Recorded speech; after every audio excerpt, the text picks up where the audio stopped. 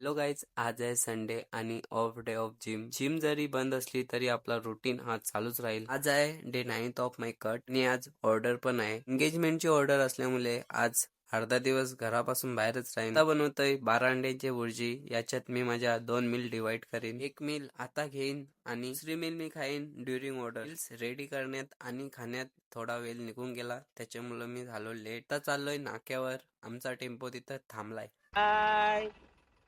आता आहे नारिंग गावात. इथून आम्हाला पिसार्वे गावला जायचं आहे.